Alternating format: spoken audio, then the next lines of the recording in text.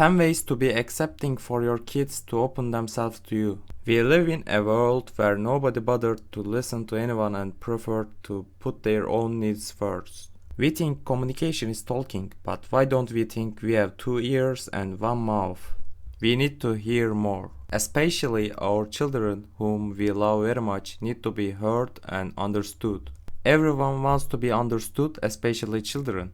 They think adults don't understand them. In fact, we know that after many sessions, our young clients say, "It's truly a miracle to have someone listening to me." Careful rest by someone is a tremendous experience. In this world where no one listens to anyone, there's nothing more extraordinary than someone listening to you and feeling understood. Often parents talk about not understanding their children, not knowing what to do to understand what is going on in their heads, because children are not very willing to communicate with their families. What is the reason why children don't want to share their problems with their families on issues that bother them? We are constantly looking for the answer outside. Bringing the children to the session, the parents complain that my child doesn't want to communicate with me. He is very introverted, but he has heart-to-heart talk with his friends. Why might we be keeping children away from ourselves? Expressing himself to a professional very comfortably and opening his thoughts, why does a child perceive his family as a foreign to him? The parent who has learned to be judgmental finds respond with reactions which are easier to the child's slightest problem. The child has a hard time accepting their differences. The most conflict occurs when we have difficulty accepting our difference. So, what should be done? Unconditional acceptance and love are terms that are not easy to apply as they say. Especially as we think and see that everyone is giving everything conditionally and accepting a response, and as we do it ruthlessly to our innocent children and realize that the consequences are actually disappointing us all, then perhaps we will understand the importance and value of giving unconditional love. Many things can be conditional in your relationship with your child, but loving and accepting him as he is and really being able to give a lot of love from the heart must be unconditional. You can say, "Of course, I love my child unconditionally." However, if you show affection only when he gets good grades, it is good to stop and think. Why do people share their deepest secrets with therapists? Because professionals accept people as they are. Unconditional acceptance is important in therapy and coaching. Expressing your acceptance in the words to a person is a very important step for the individual who knows that they are abroad to trust you and feel love and to share with you the deepest problematic issues.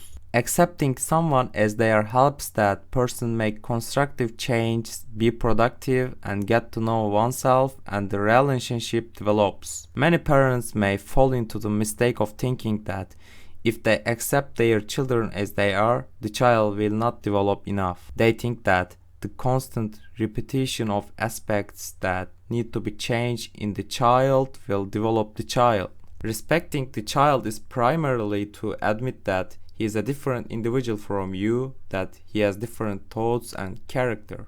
The parents think that they will develop more by judging, giving advices, criticizing, and giving moral lessons. It forces the children to be as they wish. If you are a parent who thinks that it is enough to provide their children with bank accounts loaded with money, to have a phone, to live in luxury houses, to teach them in good schools, we would like to say that there is nothing more valuable than the attention you will give them, the unconditional love and the time you will spare for them. It is cruel to accept the child to fulfill your wishes in exchange for material rewards. First of all, this situation is to parents who do not accept her self-reflection of his non-acceptance to his child.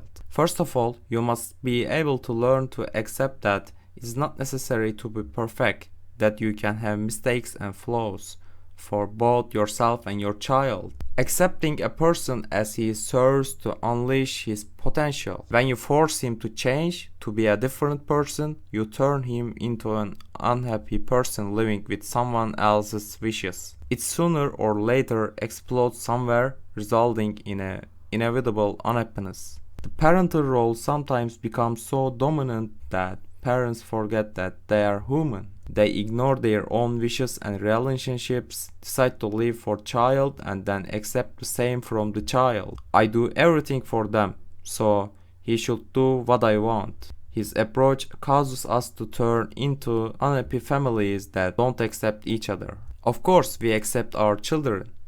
We seems to hear what you say. Well, how much of your love do we show and make feel and express our affection? Do our actions contradict our words? If we say we accept our children and make us feel that we don't approve with our behavior, we are failing. Acceptance is an emotion. To think that the other side is aware of it, to assume that the other person is reading our mind. We have to show that we approve by our actions. We learn by mistakes. Mistakes means possibility of improvement. To interfere with children in slightest, to compare what they do with others, and the constant desire to help is an indication that we don't accept them as they are. We have to let the child do the things he does based on his own knowledge and pace of learning.